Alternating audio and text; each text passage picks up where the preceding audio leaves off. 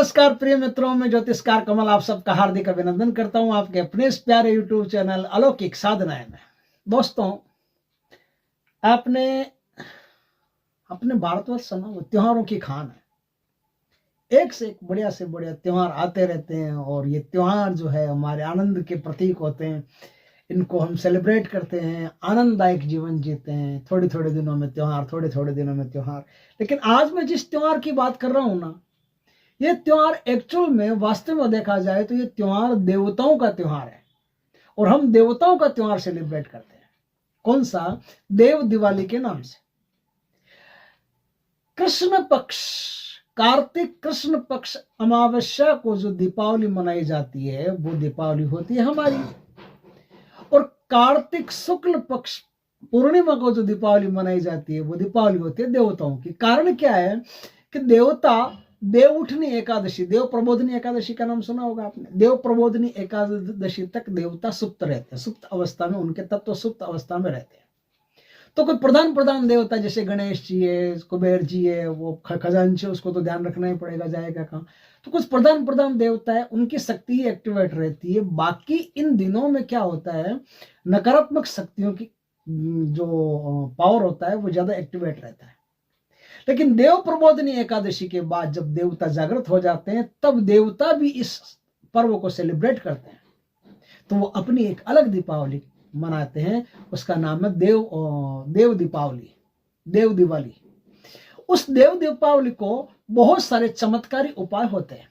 हमारे गुरु परंपरा में बहुत सारे ऐसे चमत्कारी उपाय हैं जो अपने हर त्योहार पर करने के होते हैं और उससे पूरी साल आपका आराम से रहता है। धन दौलत, ऐश्वर्य, मान सम्मान, स्वास्थ्य, आकर्षण, आपकी बात का मानना, आपके घर में कोई भी प्रकार की कमी हो वो दूर हो जाना, इस प्रकार के कई काम होते हैं और घर में ऐसे आनंद का सा माहौल आपके बना रहता है। तो अब इस बार 2025 में 5 नवंबर को जो देव दीपावली आने वाली है, उस देव दीपावली को एक संयोग है। अक्सर क्या होता है, या तो ये भरणी नक्षत्र में आती है या अश्विनी नक्षत्र में आती है। इस बार इस दिन दोनों नक्षत्र है, ठीक है। 9:40 तक तो है अश्विनी और 9:40 के बाद में भरणी नक्षत्र है। तो भरणी नक्षत्र, अश्विनी नक्षत्र, दोनों नक्षत्रों में आप इस जो आज मैं उपाय बताऊं वो उपाय आप कर सकते हो। लक्ष्मी जी की पूजा भरणी नक्षत्र में की जाए, सुपर रहता है, सुपर रहता है। अब मैं लक्ष्मी नारायण से संबंधित कोई भी उपाय पूजा आपको बताऊं तो वो भरणी नक्षत्र में आप कीजिएगा, बहुत आनंद रहेगा। वैसे आपने जब शुरू कर दिया तो आप कभी भी कर सकते हो, फिर एक बार जैसे मुहूर्त कर दिया पूजा का तो आप कभी भी पूजा कर सकते हो, कोई दिक्कत नहीं है। लेकिन भरणी नक्षत्र में करने से बढ़िया रहेगा और भरणी नक्षत्र लगेगा 9:40 के बाद में, ठीक है। 11:22 तक सिद्ध योग रहेगा। तो भरणी नक्षत्र और सिद्ध योग यानी 9:40 के बाद और 11:22 के पहले पहले आप भगवान विष्णु की पूजा कर ले, उसके पहले भगवान शिव की पूजा कर ले और उसके बाद में आप जो भी चाहो, जो भी मैं 8-10 उपाय आपको बताऊंगा, बेस्ट एक नंबर के बढ़िया से बढ़िया उपाय बताऊंगा, वो उपाय आपको करने हैं। उनमें से कोई भी कीजिएगा आप, बढ़िया है। लेकिन शिव जी की, पार्वती जी की, विष्णु भगवान की, लक्ष्मी जी की, इनकी पूजा आप जरूर कर लीजिएगा। कैसे करेंगे, क्या करेंगे, वो आज आपको मैं बताऊंगा। अब पूजा कैसे करें, मुझे पूजाओं से ज्यादा मतलब नहीं रहता। तंत्र में पूजाएं आपकी है वो अलग है, पूजा का विधान अलग है, वो दिल से हार्टली है। लेकिन पूजा में स्पेसिफिक क्या होता है उस पर चर्चा करनी होती है। तो आप शंकर भगवान की पूजा कब? 9:40 से पहले, 9:40 से पहले शिव जी की मंदिर में जाकर के शिव जी की पूजा आपको करनी है। अब ये 9:40 सूर्योदय से शुरू होता है, आपका सूर्योदय से शुरू होता है। तो सूर्योदय से आप कभी भी 9:40 तक ये पूजा कर सकते हैं। भगवान शंकर के मंदिर में जाकर के शिव पार्वती की पूजा करके, गणेश जी की पूजा करके 27 ग्राम शहद आप भगवान शंकर पर अभिषेक करेंगे। अब 27 ग्राम शहद में गड़बड़ हो सकती है, बराबर कौन नापेगा, कौन तोलेगा, क्या करेंगे क्या नहीं करेंगे, कोई दिक्कत नहीं। 27 चम्मच शहद आप भगवान शिव पर अभिषेक कर दीजिए। हाथ में चम्मच लेकर के अभिषेक कर दीजिए। एक मंत्र बताऊंगा,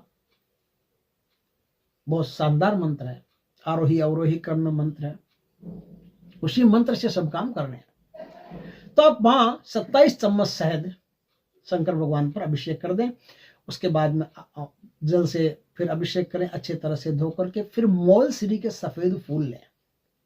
वो मोल श्री के सफेद फूल 27 फूल होने चाहिए। वो 27 फूल शिवलिंग पर आप अर्पित कर दें। अब उस मंदिर में आपको दिया करना है, 27 दीपक प्रज्वलित करने हैं।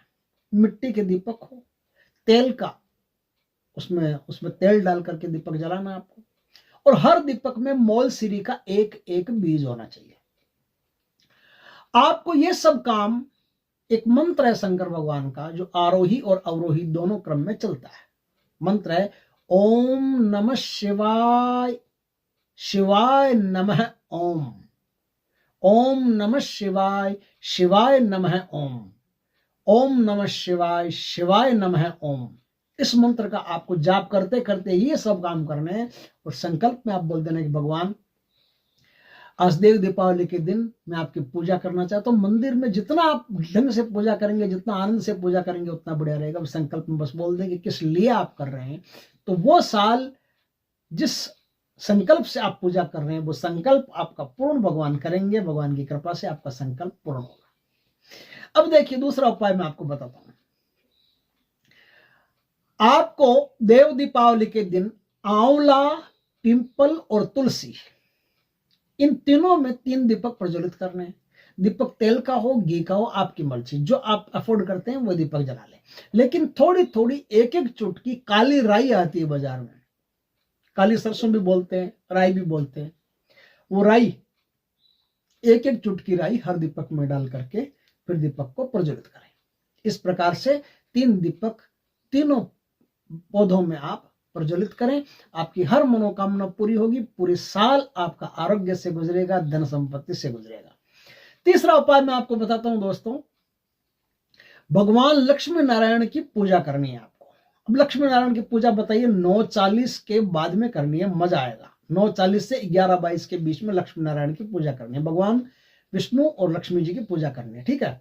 विष्णु लक्ष्मी जी की पूजा तो करेंगे, पूजा तो आप अपने हिसाब से करेंगे। पूजा में हल्दी बिछा करके एक प्लेट में या थाली में या थाल में बड़ा सा प्लेट बिछा करके, और जो कुमकुम आता है रोली, उस रोली से आपको शंख और चक्र 2 आयुध बनाने हैं। भगवान विष्णु के 2 आयुध बनाने हैं, ठीक है।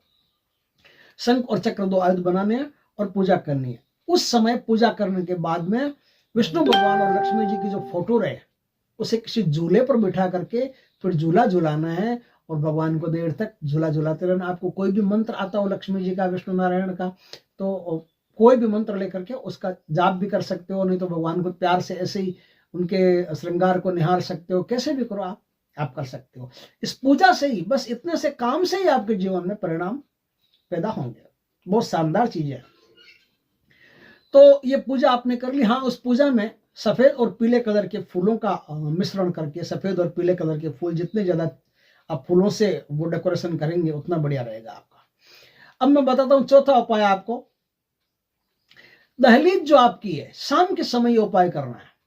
दहलीज पर औदुंबर का एक पत्ता ला करके उस पत्ते पर थोड़ा कुमकुम छिड़क दें। कुमकुम छिड़क करके एक मिट्टी का दिया, दिए में शुद्ध घी और उसमें एक बत्ती लगा करके आपको दीपक प्रज्वलित करना है। आप समझ गए होंगे बात को। दीपक प्रज्वलित करना है। दीपक की बाती जो है, दीपक की लो जो है वो बाहर की तरफ रहनी चाहिए और पीठ अंदर की तरफ रहनी चाहिए। इस प्रकार से आप इस दीपक को वहां प्रज्वलित कर लीजिए, ठीक है। यहां तक के उपाय हो गए। और मैं आपको एक उपाय बताता हूं। घर के बाहर अपने इष्ट देव का कोई भी आयुध हो वो लगा देना।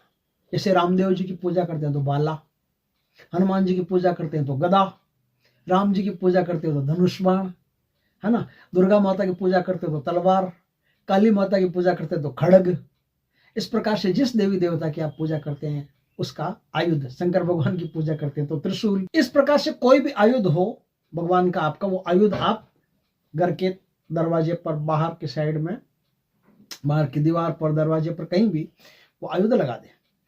आयुध चाहो तो आप डेकोरेशन करके बना ले, नहीं तो स्टिकर आता है, स्टिकर चिपका ले। कोई भी काम कर सकते हैं इनमें से। तो ये भी आपके लिए बहुत शानदार चीज है।